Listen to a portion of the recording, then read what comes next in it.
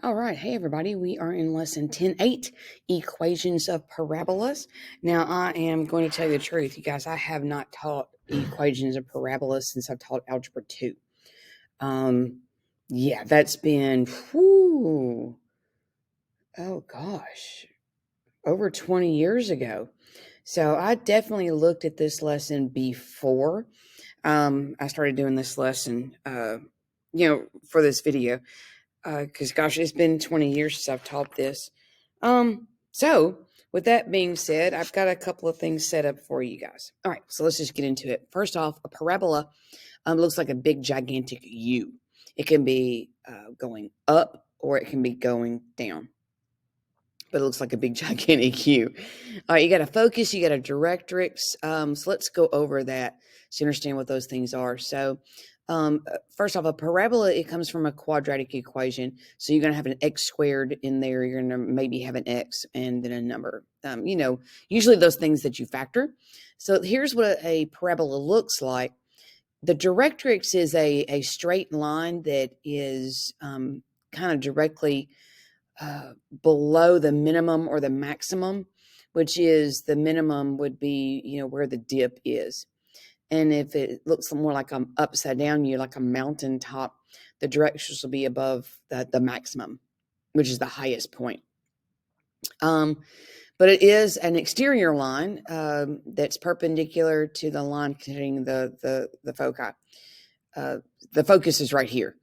It's a fixed point. It's equidistant from it. Gosh, it's kind of hard to explain, and I haven't taught this in over 20 years, so I'm not as familiar with this as I would be geometry stuff that I've taught for 27 years. So you know what? Let's just get into it. Example number 1. See if we can't figure some of this out together. All right, it says write an equation for the parabola with the focus at 0, -2. All right, there it is right there. It's in the interior of your parabola, and the directrix is y equals 2. So there's your line horizontal at 2, and it crosses the y-axis, so it's y equals 2. All right. So it says we got to sketch a U-shaped curve with the parabola between point F, which is your focus, and the directrix, which is the line y equals 2 along the curve. So we're going to label the point D on y equals 2 such that PD is perpendicular to y equals 2. So you're going to put a point on here on the parabola itself that's perpendicular to y equals 2. And it has to have a 2 because we're deciding to go left and then a distance of 2. So we're going to have y equals 2, and then you're going to have a point D is x2 because we're going left x, and then up 2 because that's where your directrix is. Okay, hang on a second. I got somebody at my door. All right, sorry about that. Okay, so we're going to do the distance formula from PD. That means your point on your parabola to the point that's perpendicular on the directrix, and PF, which again is the point on the parabola, and the focus, which is 0, -2 from your problem. All right, so we're going to find both of those. So PD, we're doing PD first. So it'd be, which one do they do? They do x minus x. Okay, well, that's fine. All right, so they do x minus x squared plus y minus 2 squared. Well, x minus x is 0. 0 squared is 0, so there's nothing there that's an x anymore. It kind of cancels each other out. But y minus 2 squared is usually a FOIL method, because the square and the square root cancel each other out. You're looking at just y minus 2. Okay. So they didn't. Oh, okay. They didn't do it that way. Okay. Forget what I just said. We'll come to that later. All right. Now PF. So we're looking for the distance from your point xy to your f, which is 0, -2. So again, we've got x minus 0 squared plus, and then y minus a -2 squared. Well, y minus -2 is a plus. So it'll be plus 2 squared. Okay, so the reason why I said forget what I said is you set them equal to each other and you do the opposite of square rooting, which is a square to get rid of the square roots. So you set them equal to each other. The opposite of square rooting is to square, which leaves the y minus 2 squared. And the opposite of this big old square root is to square. They're not showing this step, which leaves, again, what's underneath the radical, x squared plus y plus 2 squared. All right, so we are going to end up doing FOIL method. So y minus 2 to the power of 2 is the same thing as y minus 2 times y minus 2. This is a FOIL method. So y times y is y squared. Oh, hang on. There's somebody at my door again. Give me just a second. All right, so that's our new teacher coming in. Okay, so where was I? Okay, so y times y is y squared. And then you've got y times -2, and then another -2 times y. So it's going to be a -4y.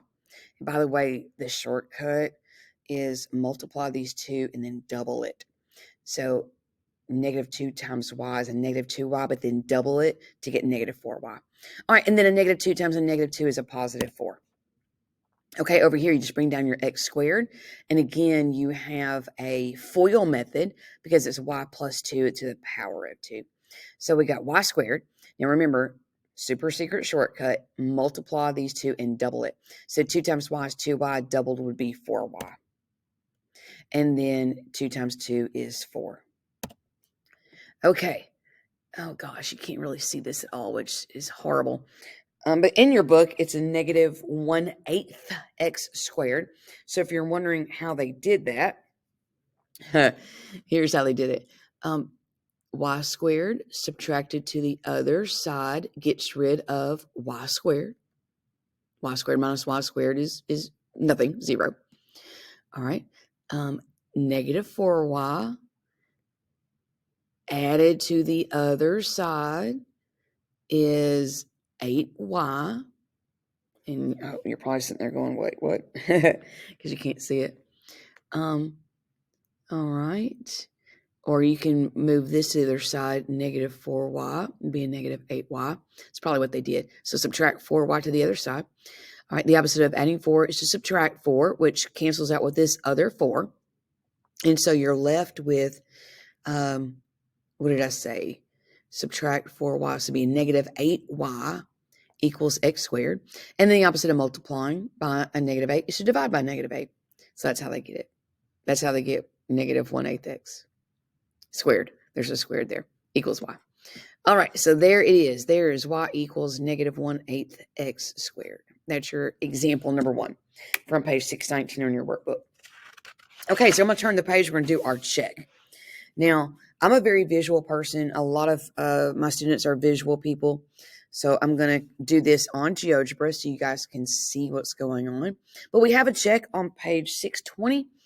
It says select the equation of the parabola with the focus 0, 1/2, and the directrix y equals -1/2. Okay.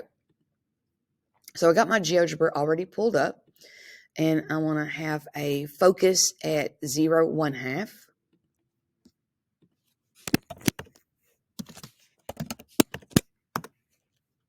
There's my focal point. And I want to have a directrix at y equals -1/2. Okay, so the reason why I do this, especially for my visual people, is I know my parabola is going to sit in an upward U motion because the dip, so to speak, the minimum, has to be exactly between these two things. So they are the same distance above and below the origin. So I'm going to have a parabola that's going to sit very much like this, down to the origin and back up again. I just got to figure out what that is. Okay. All right. So you can, because it's multiple choice, you can cheat this. You can go through the answer choices and see which one sits in between them in an upward motion. But because I teach test taking skills, I'm going to go ahead and take these 4 choices and eliminate 2 of them automatically. All right, so how am I going to go about doing that? Well, first off, I told you it has to sit upwards, which means it has to be a positive number. If it opens up downwards, it has to be negative because, you're shooting down. But I'm going to be shooting up, which means it has to be a positive number. So A, gone, because it's negative. C is gone because it's negative. So it cannot be A, it cannot be C, because it cannot be a negative. If I have a parabola, it's going to open in an upward motion. It has to be a positive number. So it's either going to be B or it's going to be D. It's either going to be B or it's going to be D. All right. So with that being said, you can graph both of these to see which one kind of sits in between. It's going to be an x squared of some type. So again, that doesn't eliminate either B or D. Oh, y'all hang on a second. I guess this is the day that everybody's going to be coming and talking to me. Give me just a second. All right. Sorry about that, you guys. Okay. So what have I done? I just eliminated A and eliminated C because they were negative. Okay. So now we're choosing between B and D. So you have a 50-50 shot at this point to get it. Okay. So next thing we're going to do is very much like what we did here.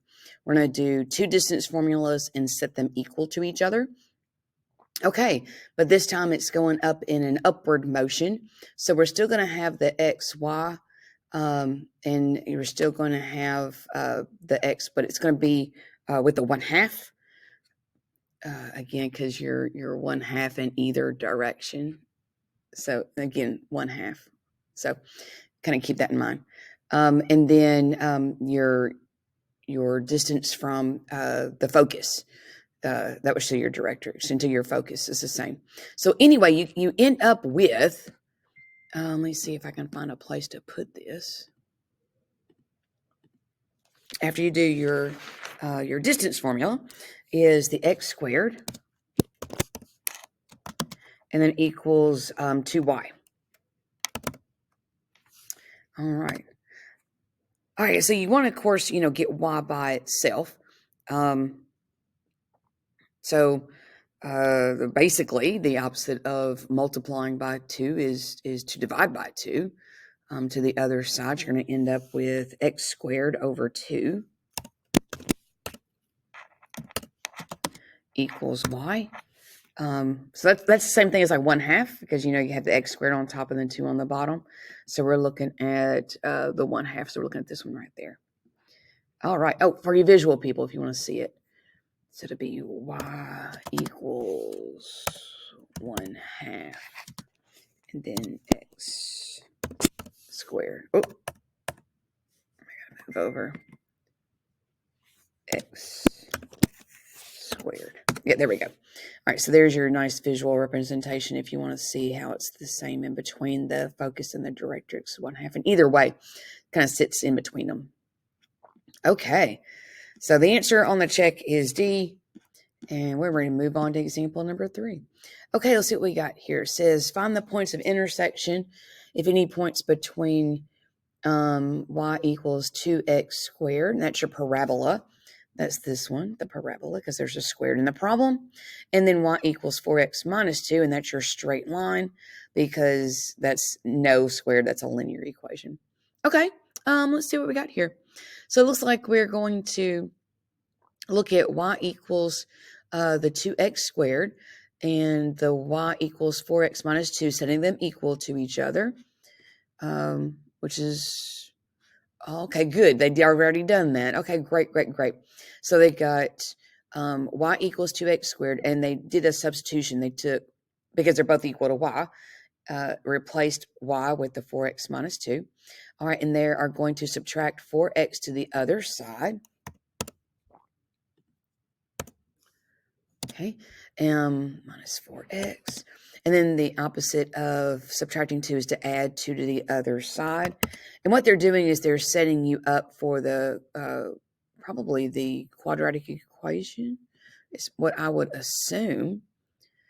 So this would be 2 x squared minus. Oh, okay. They're skipping a step. Gosh, I wish they would let us do that. Anyway, so they're taking out a greatest common factor of a 2. So that I see that parenthesis now. This is horribly written. So let's see. They're taking out a 2, so that leaves x squared. Take out a 2 here would be a negative 2x.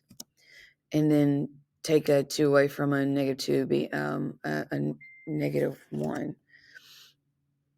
Okay.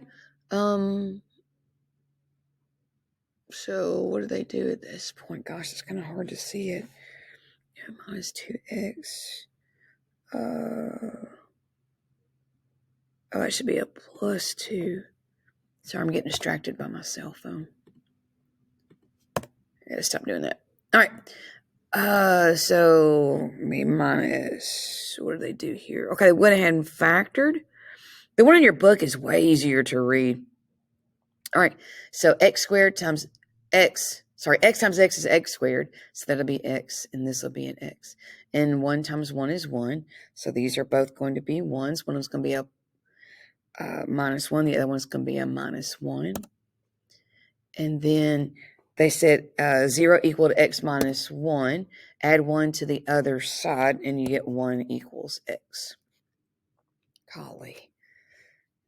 I know I complain all the time in these videos, but you can't see this. Going to the book would be a whole lot easier. All right, because so there's one solution to this whole thing is x equals 1. You're going to take that 1 and replace it for x, a substitution. So 4 times 1 is 4, minus 2 is 2. So there's your ordered pair. X is 1 and y is 2, which is what you see, and that's how they get 1, 2 in your graph over here. Okay. All right, so we're going to do a check.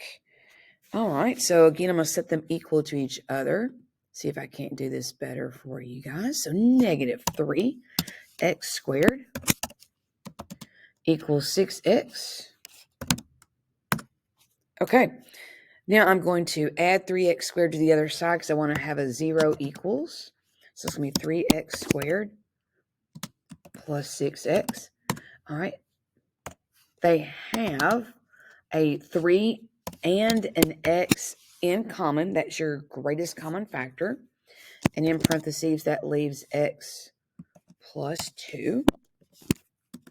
Set them each equal to 0. 3x equals 0.